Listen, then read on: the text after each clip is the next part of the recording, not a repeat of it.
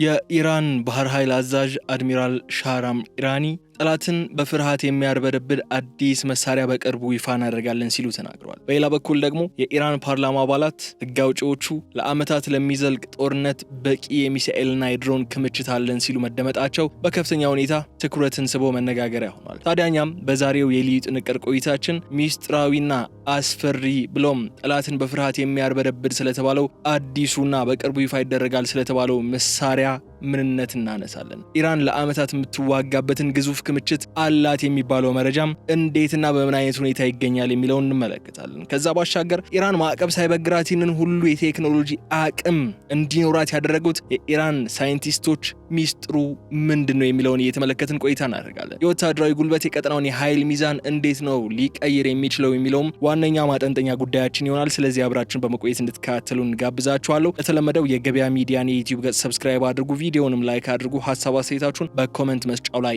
አስቀምጣችሁልን አብራችሁ እንድትቆዩ ጋብዛችኋለሁ። ከተከታይ አጭር መሸጋገሪያ በኋላ ተመልሼ እመጣለሁ። እስከዛ ድረስ በቸር ቆዩልኝ፣ አብራችሁኝም ቆዩ።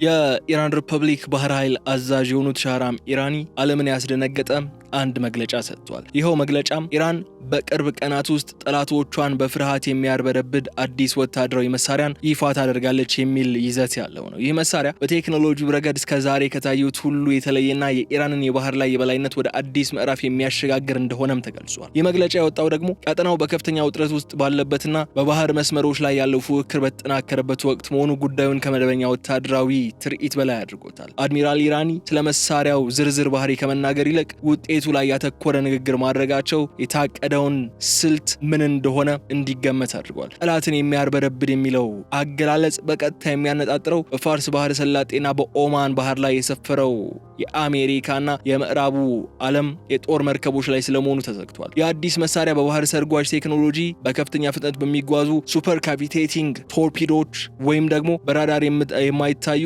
ሰው አልባ የባህር ላይ ድሮኖች ላይ ያተኮረ ሊሆን ይችላል የሚሉ ትንተናዎችም ከወታደራዊ ምንጮች እየወጡ ይገኛሉ። ኢራን ይህንን መሳሪያ በቅርቡ ይፋ አደርጋለሁ ስትል መናገሯ ደግሞ በጠላቶቿ የደህንነት ተቋማት ውስጥ ከፍተኛ ጭንቀትና ጥርጣሬ እንዲፈጠር ታስበው የተደረገ የስነ ልቦና የበላይነት ማግኛ መንገድ ተደርጎ ተወስዷል። የዚህ መሳሪያ መፈጠር የኢራን ወታደራዊ ፍልስፍና መቀየሩን ያሳያል። ቀደም ሲል የኢራን ባህር ኃይል ትኩረቱ በባህር ዳርቻዎች ጥበቃ ላይ ብቻ የተገደበ ነው የነበረው። አሁን ግን አድሚራል ኢራኒ እንደሚገልጹት ከሆነ አዲሱ ቴክኖሎጂ ኢራን ከባህር ዳርቻው አርቃ በክፍት ውቅያኖስ ላይ ጠላትን መጋፈጥ የሚችልበትን አቅም የሚሰጣት ስለመሆኑ አንስተዋል። ይህ መሳሪያ በተለይ በኤሌክትሮኒክስ ጦርነት ኤሌክትሮኒክ ዋርፌር ረገድ የላቀ ብቃት ያለው ከሆነ ደግሞ የጠላትን ዘመናዊ የጦር መርከቦች የመገናኛና የራዳር መረብ በማሰናከል ረገድ ተወዳዳሪ የማይገኝለት ሊሆን ይችላል ተብሎ ታምኖለታል። ይህ ማለት ደግሞ መስላችሁ ማንኛውም የውጭ ኃይል ወደ ኢራን የባህር ክልል ለመጠጋት በሚሞክርበት ወቅት ገና መዳረሻው ላይ ሳይጠጋ የመመታትና የመጥፋት እድሉ ከፍተኛ ያደርገዋል ማለት ነው። ትኩረት ሊሰጠው የሚገባው ጉዳይም ይሄው ነው። የአስፈሪ የተባለው መሳሪያ ሙሉ በሙሉ በኢራን ሳይንቲስቶችና በመሐንዲሶቹ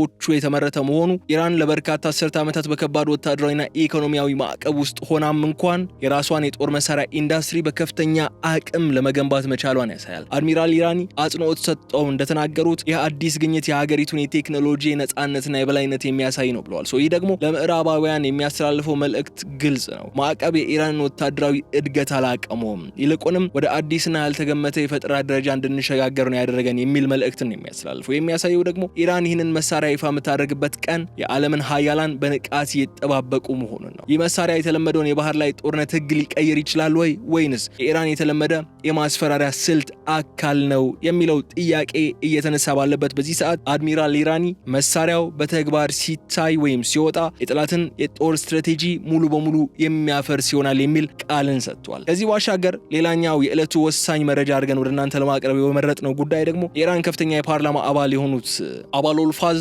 አብቶራቢ በቅርቡ የሰጡት መግለጫን የሚመለከት ነው። ይህ መግለጫ ኢራን በአሁኑ ወቅት የገነባቸው የሚሳኤልና የድሮን ክምችት ለጥቂት ሳምንታት ወይም ወራት ሳይሆን ለበርካታ ዓመታት ለሚዘልቅ ከፍተኛ ጥንካሬ ያለው ጦርነት ማለትም ሎንግ ተርም ሃይ ኢንተንሲቲ ዋርፌር በቂ ነው ብለዋል። ይህ መግለጫ ኢራን ያላትን ወታደራዊ ዝግጁነት ከጥበቃ ባለፈ ወደ ስትራቴጂካዊ ጽናት ማሸጋገሯን የሚያሳይ ትልቅ ማሳያም ተደርጎ ተወስዷል። ኢራን ይህንን ያህል ግዙፍ ክምችት ግን እንዴት ነው ሊኖራት የቻለው? ባለፉት 40 ቀናት የጦርነት ጊዜያት ማለት ነው አሜሪካና እስራኤል በፈጸሟቸው ተከታታይና ከፍተኛ ውድመትን ባደረሱ የአየር ላይና የተለያዩ ጥቃቶች የኢራንን የሚሳኤልና የድሮን አቅም ለማዳከም ስለመቻላቸው ሲገልጹ ነበር። ግን ስቲል ኢራን አሁንም ሎንግ ተርም ፕላስ ሃይ ኢንተንሲቲ የሆነን ጦርነት ለመዋጋት በቂ የሆነ አቅም አለን የሚል ጉዳይን ያነሳች ትገኛለች። ይህ ደግሞ የዛሬው የልዩ ጥንቅራችን ማዕከል ልናደርገው ወደናል። አቡ ቶራቢ እንዳብራሩት ከሆነ የኢራን ወታደራዊ ኢንዱስትሪ ፋብሪካዎች በአሁኑ ወቅት በሙሉ አቅማቸው በቀን ለ24 ሰዓታት በሳምንት ለ7 ቀናት ያለማቋረጥ እያመረቱ ይገኛሉ ብለዋል። ይህ ማለት ደግሞ አገሪቱ የጦርነት ጊዜ ምርት ስርዓትን ወይም ዋር ታይም ፕሮዳክሽን ሞድ በተግባር ላይ አውላ እየሰራችበት ትገኛለች። ይህ ማምረት አቅም ደግሞ ኢራን የደረሰባትን ጥቃት ለመመለስ ብቻ ሳይሆን የተተኮሱ ሚሳኤሎችና ድሮኖችንም በቅጽበት በሌላ አዲስ ምርት ለመተካት ሪፕሌስመንት ካፓሲቲዋንም እያሳደገት መሆኗን ነው የሚያሳየው።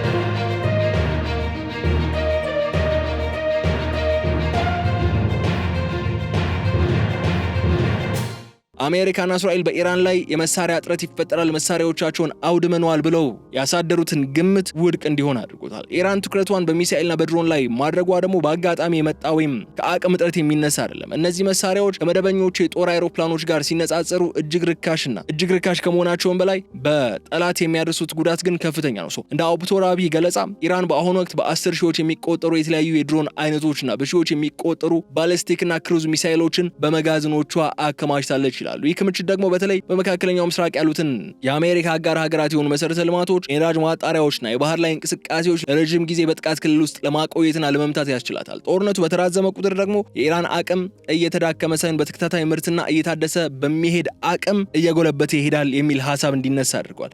እዚህ ጋር ልናነሳው የሚገባው ዋናው ነጥብ መስላችሁ አሜሪካ እንደምናውቀው በጣም የተራቀቁ ቴክኖሎጂያቸው፣ የውድመት አቅማቸው፣ የሚያደርሱ ዲስትራክሽን በጣም ከፍተኛ የሆኑ እጅግ ዘመናዊ ነገር ግን በጣም ውድ የሆኑ ሚሳኤሎችና ሌሎች መሳሪያዎችን ነው የምትጠቀመው። ከዚህ በፊት እንዳነሳነው ከሆነ አሜሪካ በ40 ቀናቱ ጦርነት ሊያወጣችው የሚሳኤል አቅም ለመተካት ቢያንስ ከ3 እስከ 5 ዓመታት ይፈጅባታል። ኢራን ግን በጣም በሎው ኮስት የሚመረቱ በዛው ሀገር ውስጥ ባለ አቅም የሚፈበረኩ ሚሳኤሎችና ድሮኖችን ተጠቃሚ መሆኗ በአጭር ጊዜ ያወጣቻቸውን የተኮሰቻቸውን ድሮኖችና ሚሳኤሎችን እዛው ለመተካት የሚያስችል አቅም እንደሰጣት ነው መመልከት የሚገባን። ግን ኢራን በተደጋጋሚ ጦርነት ውስጥ ሆና ኢራን የምታመርታቸው ድሮኖችና ሚሳኤሎች ከራሻ ጀምሮ ለሌሎች ፕሮክሲዎቿም እንደሚላኩ እናውቃለን። በዚህ ሁኔታ ውስጥ ሆና ግን ኢራን እንዴት ነው ይሄን ያክል ግዙፍ የሆነ ክምችት ሊኖራት የቻለው የሚለው ጥያቄ ማንሳታችን ተገቢ ይመስለኛል።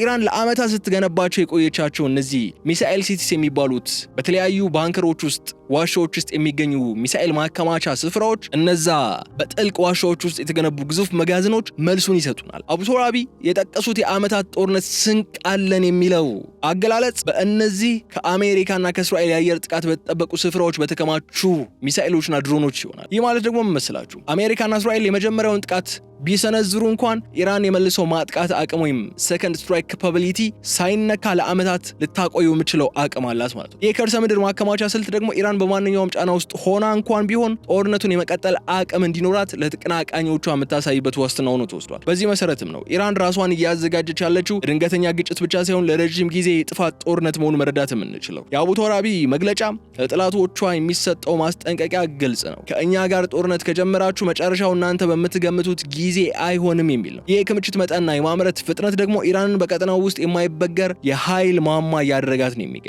አድሚራል ሻህራም ኢራኒ የገለጹት ያ አስፈሪ የሆነው መሳሪያና በአቡ ቶራቢ የተረጋገጠው የዓመታት የጦርነት አቅም ተዳምረው አንድ ትልቅ ምስልን ይፈጥሩልናል። ይህ ደግሞ ኢራን ከዚህ ቀደም ከነበራት የጥበቃ ስልት በመውጣት በፋርስ ባህረ ሰላጤ፣ በኦማን ባህርና በሰሜናዊ ህንድ ውቅያኖስ ላይ ሙሉ ቁጥጥር እንዲኖራት ለማድረግ የሚያስችላትን አቅጣጫ መያዟን ነው። ይህ ለውጥ በተለይ የዓለም ኢኮኖሚ የጀርባ አጥንት በሆኑት የነዳጅ ማጓጓዣ መስመሮች ላይም ትልቅ ጥላን ያሳርፋል። በዓለም ላይ ካለው የነዳጅ ንግድ 1/5 የሚሆነው የሚያልፈው በጠባቡ የሆርሙዝ ወሽመጥ በኩል መሆኑን እናውቃለን። ኢራን አዲሱና ጠላትን የሚያርበረብድ የተባለውን መሳሪያ በዚያ አካባቢ ልታሰማራ ትችላለች የሚለው ስጋት በራሱ በምዕራባውያን ላይ ያላትን የድርድር አቅም ወይም ሌቨሬጅ በከፍተኛ ሁኔታን ይጨምረዋል። የኢራን ባህር ኃይል አዛዥ መሳሪያውን የጠላት እንቅስቃሴ ሽባ የሚያደርግና የሚያርበረብድ አቅም አለው ሲሉ ሲናገሩ ትርጉሙ ግልጽ ነው የሚሆነው። ጠላት ግጭትን ለመጀመር ቢሞክር ኢራን ዓለም አቀፍ የንግድ መስመሮች ቦታዎችን በላቀ ቴክኖሎጂና ለዓመታት በሚዘልቅ የሚሳኤል አቅም የመዝጋት አቅም እንዳላት ማሳየት ትችላለች የሚል ሐሳብ ነው ያነሱት ያሉ። ይህ ደግሞ ለዓለም አቀፍ የኢነርጂ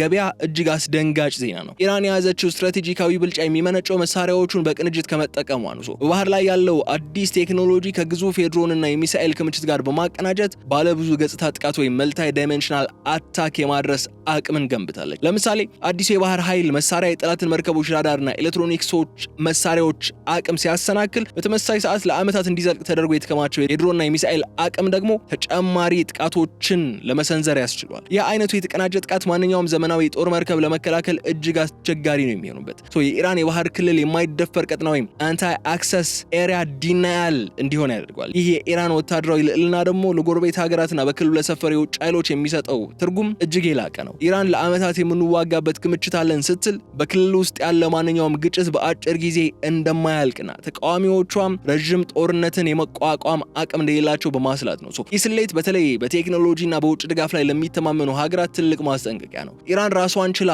የጦር መሳሪያ ኢንዱስትሪ በመገንባት የውጭ ኃይሎች በክልሉ ውስጥ ያላቸውን የጦር መርከቦች ቁጥጥር እንዲቀንሱ ወይም የዲፕሎማሲ መንገድን እንዲመርጡ ጫናን እያሳደረች ነው ያለች። የኢራን የባህር ኃይል አዲስ የመሳሪያ ግኝትና የጦር መሳሪያው ክምችት ዝም ብሎ የሚታዩ ወታደራዊ መረጃዎች ብቻ አይደሉም። ይልቁንም በመካከለኛው ምስራቅ ለብዙ አስርት ዓመታት የነበረውን የምዕራባውያን የባህር ላይ የበላይነት የሚገዳደሩም ናቸው። ኢራን በአሁኑ ወቅት የባህር ዳርቻዎቿን ብቻ ሳይሆን ሰፊውን የባህር ክልል የመቆጣጠር አቅሟንም ነው እያሳደገች ያለችው። ከዚህ ባሻገር የባህር ኃይል አዛዡ አድሚራል ኢራኒና የፓርላማ አባሉ አቡ ቶራቢ የሰጧቸው መግለጫዎች በዋናነት ለውጭ ጠላቶች የተላኩ ቢሆንም እንኳን በሀገር ውስጥ ደግሞ ትልቅ ፖለቲካዊ መልእክትን ነው የሚያስተላልፉት ይላሉ ወደ ኢራን ያሉ ምንጮች። እሱ ምን መሰላችሁ? ኢራን በማንኛውም ጫና ውስጥ ሆና ራሷን መከላከል የምትችል የማትበገር ሀገር መሆኗን ለህዝቧ በማሳየት ሀገራዊ አንድነታቸውን እንዲያጠናክሩ ትፈልጋለች። የፓርላማ አባሉ ስለ ሚሳኤልና ድሮን ክምችት በልበ ሙሉነት አፋቸውን ሞልተው ሲናገሩ በኢራን ወታደራዊ ተቋማትና በሲቪል አስተዳደር ወይም በህግ አውጪው ወገን መካከል ያለው ጥብቅ ትስስርን ያሳያል። በኢራን ፖለቲካ ውስጥ ወታደራዊ በጀትን ማጽደቅና ለተከታታይ ምርት አስፈላጊውን ህጋዊ ድጋፍ መስጠት የመንግስት ቅድሚያ የሚሰጠው ተግባር ነው። አቡ ቶራቢ ለዓመታት የሚዘልቅ ጦርነትን መዋጋት እንችላለን ሲሉ ህዝቡ በኢኮኖሚያዊ ማዕቀብ ውስጥ ቢሆንም እንኳን የሀገሪቱ ደህንነት ግን በማይናወጥ መሰረት ላይ መሆኑን ለማረጋገጥ ነው እየጣሩ ያሉት። መግለጫ ደግሞ በህዝቡ ዘንድ የመተማመን ስሜት እንዲፈጠርና በውጭ ኃይሎች የሚሰነዘሩ ስነልቦናዊ ጫናዎችንም ለመቋቋም የሚረዳ ጋሻ ነው የሆነው። ኢራን አዲስና አስፈሪ መሳሪያ በራሷ ሳይንቲስቶች መሰራቷን ስታበስር ውስጥ ደግሞ ሌላ ትርጉም ነው እየላከች ያለችው። ይህ የሀገሪቱ የቴክኖሎጂ አቅም ወታደራዊ መሳሪያዎችን ብቻ ሳይሆን ወደፊት ሌሎች የኢንዱስትሪ ዘርፎች ማለትም ለመኪና ምርት፣ ህክምናና ኤሌክትሮኒክስ የመሳሰሉት ዘርፎች ሊያነቃቃ ይችላል የሚል ተስፋም ነው እየሰጠች ያለችው።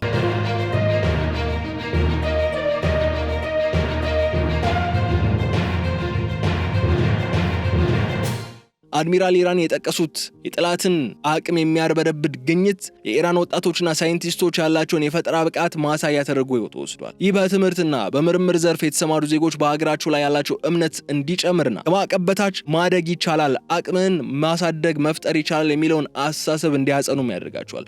ኢራን ወታደራዊ መረጃዎችን የምትለቅበት መንገድ ራሱ የሰለጠነ የመረጃ ጦርነት ወይም ኢንፎርሜሽን ዋርፌር አካል ተደርጎ ነው የሚወሰደው። አዲሱ መሳሪያ ከመታየቱ በፊት ስለ አስፈሪነቱ መነገሩ ጠላት ግምቱ አዛብቶና በራሱ ኃይል ላይ ጥርጣሬ አድሮበት እንዲቆይ ያደርጋል። ይህ የስነ ልቦና የበላይነት ጦርነት ደግሞ በሀገር ውስጥ ያለውን ስሜት ከፍ እንዲል ያደርገዋል። የኢራን አመራሮች እንደሚረዱት አንዲት ሀገር ጠንካራ መከላከያ አካላት የውስጥ ሰላሟ ይበልጥ የተጠበቀ ይሆናል የሚል እምነት አለ። አቡ ቶራቢ እንደሚገልጹት ከሆነ የ24 ሰዓት የማምረት ሂደቱ ሀገሪቱ በማንኛውም ጊዜ ለሚመጣ አደጋ ንቁ መሆኗን የሚያሳይ ብቻ ሳይሆን ይህ ንቃት ደግሞ ህዝቡ በሰላም ውሎ እንዲያድር የሚያስችል የስነ ልቦና ዋስትናን የሚሰጥ አድርገው ይቆጥሩታል። የኢራን ወታደራዊ መረጃዎች መሳሪያን ከመታጠቅ በላይ ትርጉም የሚኖራቸው ለዚህ ነው። እነዚህ መግለጫዎች የኢራን ፖለቲካዊ ጽናት፣ የቴክኖሎጂ ነጻነትና የህዝባዊ ሞራል ግንባታን የሚያሳዩ ብቻ አይደሉም። ኢራን በውጭ ሊሰነዘርባት ከሚችል ጥቃት ምላሹን በመጋዘኖቿ ካከማቸቻቸው ሚሳኤሎች ብቻ ሳይሆን በውስጧ ካለው ፖለቲካዊ አንድነትም ጭምር እንደምትሰጥ ነው በተዘዋዋሪ እያረጋገጠች ያለችው። ከዚህ ባሻገር አድሚራል ሻህራም ኢራኒና የፓርላማ አባሉ አቡ ቶራቢ ያስተላልፏቸው መልእክቶች በዋናነት የሚያነጣጥሩት በክልሉ ሰፍረው በሚገኙ የውጭ ኃይሎችና የኢራን ተቀናቃኞች ላይ ነው። የወታደራዊ ጉልበት ደግሞ ኢራን በዲፕሎማሲያዊው ጠረጴዛ ላይ ያላትን ድምፅ እጅግ ጎልቶ እንዲሰማና የድርድር አቅሟ እንዲጨምር እያደረገው ነው ያለው ተብሎ ይታመናል። ኢራን ጠላትን የሚያርበደብድ መሳሪያ አለኝ ስትል ለዓመታት የሚዘልቅ ጦርነትን መዋጋት አቅሟን ይፋ ስታደርግ ቀጥተኛ ጦርነትን ለማስቀረት የታለመ የመከላከያ ስልት አካል ተደርጎም ይወሰዳል። የትራንስ ስልት ነው። ይህ ስልት ጠላቶቿ በኢራን ላይ ጥቃት ከመሰንዘራቸው በፊት ሊከፍሉት የሚችሉትን አደገኛ ዋጋ እንዲያስቡ ያስገዳቸዋል።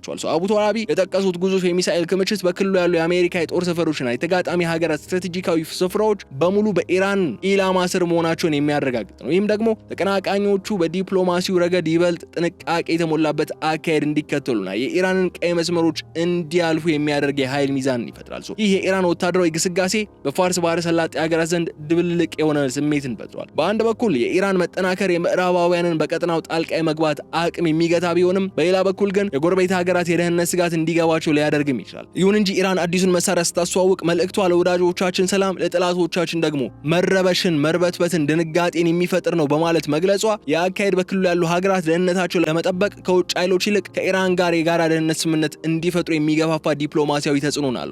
አድሚራል ኢራኒ እንደገለጹት ከሆነ የባህር ኃይሉ አቅም ለክልሉ ሀገራት በሙሉ የጸጥታ ዋስትና ሊሆን ይችላል የሚል አንድምታን አለው። እዚህ ላይ ትኩረት ሊሰጠው የሚገባው ጉዳይ ምን መሰላችሁ? የሆርሙዝ ወሽመጥና የቀይ ባህር የንግድ መስመር ጉዳይ ነው። ኢራን ለረጅም ጊዜ የሚዘልቅ የጦርነት አቅም አለኝ ካለች ይህ ማለት ዓለም አቀፍ የነዳጅና የንግድ መስመሮች ለረጅም ጊዜ ማስተዋገሉ የሚመቆጣጠር አቅም አላት ማለት ነው። ይህ ደግሞ እንደ ቻይና፣ ህንድና አውሮፓ ሀገራት የመሳሰሉ በኢነርጂ አቅርቦት ላይ ጥገኛ የሆኑ ኃይሎች በኢራን ላይ ያላቸውን ፖሊሲ እንዲያለዝቡ ሊገደዱ ይችላል። ወታደራዊ ዝግጁነት በኢኮኖሚው ዓለም ላይ የፈጠረው ስጋት ኢራን ላይ የሚጣሉ ተጨማሪ ማዕቀቦች ውጤታማ እንዳይሆኑና ሀገሪቱ በዓለም አቀፍ መድረክ ተገላ እንዳትቀርም ትልቅ የመከላከያ ግንብ ነው የሆነላት። የኢራን ወታደራዊ መግለጫዎች የቀጠናውን የፖለቲካ ካርታ ለመቀየር ነው እየተፍጨረጨሩና እየጣሩ የሚገኙት። አዲሱ አስፈሪ መሳሪያና ግዙፍ የሚሳኤል ክምችት ለኢራን ወታደራዊ ደህንነት ብቻ አይደለም ይዞ የሚመጣው ለዲፕሎማሲያዊ ንግግሮችም መሰረት ነው እየጣለችበት ያለችው። ዓለም አቀፍ ኃይሎች አሁን ኢራንን እንደ ቀጠናዊ ሀያል ሀገር ብቻ ሳይሆን ስትራቴጂካዊ ፍላጎታቸውን ሊነካ የሚችል ትልቅ ተዋናይ አድርገው እንዲመለከቷትም አስገዳቸዋለች። እነዚህ ሁሉ ነጥቦች ወደፊት ምን እንድንጠብቅ ሊያደርጉን ይችላሉ የሚለውን ደግሞ የመዝጊያ ሐሳባችን አድርገነው እናጠናቅቃለን። ወደፊት ምንድነው የሚጠበቀው? አድሚራል ሻህራም ኢራኒና የፓርላማ አባሉ አቡ ቶራቢ የሰጡት መግለጫዎች በአንድ ላይ ሲቀመጡ ኢራን በ21ኛው ክፍለ ዘመን ያላትን ወታደራዊ ማንነት የገለጸችበት አዲስ የስትራቴጂ ሰነድ ነው የሚመስለው። ኢራን ወደፊት የምትከተለው አቅጣጫ ይበልጥ ራሱን የቻለና በሀገር በቀል ቴክኖሎጂ ላይ የተመሰረተ እንደሚሆን ግልጽ ማሳያ ነው። አዲሱ ጠላትን የሚያርበደብድ የተባለው መሳሪያ ይፋ ሲደረግ የኢራን ወታደራዊ ኢንዱስትሪ የደረሰበትን የብስለት ደረጃ ማሳያ ሆኖ ነው የሚቆጠሩ። ወደፊት ኢራን በሰው ሰራሽ አስተውሎት ወይም በኤአይ የሚመሩ የጦር መሳሪያዎችን፣ የጠፈር ላይ ክትትል ወይም ስፔስ ቤዝድ ሰርቬላንስ እና ይበልጥ የረቀቁ የሳይበር ጦርነት ስልቶችን በማቀናጀት ቀጠናዊ የበላይነቷን ለማስቀጠል እንደምትሰራ ነው እየገለጸች ያለች። ይህ ማለት ደግሞ የኢራን መከላከያ ከብረትና ከባሩድ ባለፈ ስማርት ወታደራዊ ኃይልነት ለመቀየር ነው እየጣረ የሚገኘው። ከዚህ ባሻገር አቡ ቶራቢ ያረጋገጡት ለዓመታት የሚዘልቅ የጦርነት አቅም አለን የሚለው ደግሞ ለቀጠናው የሚሰጠው ትርጉም ሁለት መልክ ሊኖረው ይችላል። በአንድ በኩል የተኛውም አይነት መጠነ ሰፊ ጦርነት የመክፈት ፍላጎትን የሚገታ የደትራንስ አቅም ሲሆን፣ በሌላ በኩል ግን በክልል ውስጥ ያሉትን የታጠቁ ኃይሎች ውድድር አርምስ ሬስ ሊያፋጥን ይችላል። ይሁን እንጂ የኢራን ስትራቴጂ የሚያሳየው ምን መሰላችሁ? ጦርነትን ከመፈለግ ይልቅ ጦርነት ቢመጣ ሊከፈል የሚችለውን ዋጋ እጅግ ከፍተኛ በማድረግ ሰላምን የማስጠበቅ ወይም ፒስ ስሩ ስትሬንግዝ የሚባለውን ዝንባሌ ነው። ይህም ደግሞ ወደፊት ቀጠናዊ ኃይሎች በኃይል ከመጋጨት ይልቅ የጋራ ደህንነትን ለመፍጠር ወደ ድርድር ጠረጴዛ እንዲመጡ የሚያስገድድ ሁኔታ ነው የሚፈጥረው። ጨርሻ ግን የኢራን ወታደራዊ ግስጋሴ በዓለም አቀፍ ደረጃ ያለውን የኃይል ሚዛን ወደ መልታይ ፖላር ወርልድ የመቀየር ሂደት አካል ተደርጎ ሊወሰድ ይችላል። ኢራን በምዕራባውያን ማዕቀብና ጫና ሳይበገሩ የራሳቸውን ወታደራዊና ፖለቲካዊ መንገድ ለሚቀይሱ ሀገራት እንደ ምሳሌ እየታየች ነው ያለችው። አዲሱ የባህር ኃይል መሳሪያና ግዙፍ የሚሳኤል ክምችት ኢራንን በመካከለኛው ምስራቅ ብቻ ሳይሆን በዓለም አቀፍ የባህር ላይ ንግድና ጸጥታ ጉዳዮች ላይ ወሳኝ ተዋናይ አድርጓታል። ይህ ደግሞ ታላላቅ ኃይሎች ማለትም እንደ አሜሪካ፣ ቻይናና ሩሲያ የመሳሰሉ ሀገራት ከኢራን ጋር ያላቸውን ግንኙነት እንደገና እንዲመረምሩ ያስገድዳቸዋል። በአጠቃላይ ግን የዛሬው የልዩ ጥንቅር ቆይታችን የሚያሳየን ኢራን ከመከላከል ወደ ስትራቴጂካዊ ተጽዕኖ ፈጣሪነት መሸጋገሯን ነው። አድሚራል ኢራኒ የጠቀሱት ያ ምስጢራዊ መሳሪያ በቅርቡ ለዓለም ሲገለጥ ወታደራዊ ጥበብ አዲስ ምዕራፍ እንደሚቀላቀል ጥርጥር የለውም። ኢራን ለዓመታት እንዋጋለን ስትል የላከችው መልእክት ደግሞ የጽናትና የዝግጁነት መግለጫ ተደርጎ ነው ሊቆጠር የሚገባው። ይህንን ብለን ግን ስለ አዲሱ የኢራን ወታደራዊ ግስጋሴና ስላለው ተጽዕኖ የነበረንን ጥልቅ ዝርዝር ቆይታ እዚህ ጋር በመቋጨት በቀጣይ በሌላ ጉዳይ እስክንመለስ ድረስ ለመሰናበት እንገደዳለን። አብራችሁን ስለቆያችሁ እጅግ አድርጌ አመሰግናችኋለሁ። በቀጣይ በሌላ ጉዳይ መልሰን የምንገናኝ ይሆናል። እስከዛ ድረስ ግን በቸር እንድትቆዩልኝ እመኛለሁ። የገበያ ሚዲያን የዩቲዩብ ገጽ ሰብስክራይብ አድርጉ፣ ቪዲዮንም ላይክ አድርጉ። ሀሳብ አስተያየታችሁን ደግሞ ኮሜንት መስጫው ላይ እንድታስቀምጡም ጋብዤ ይሰናበታለሁ። ሰላም።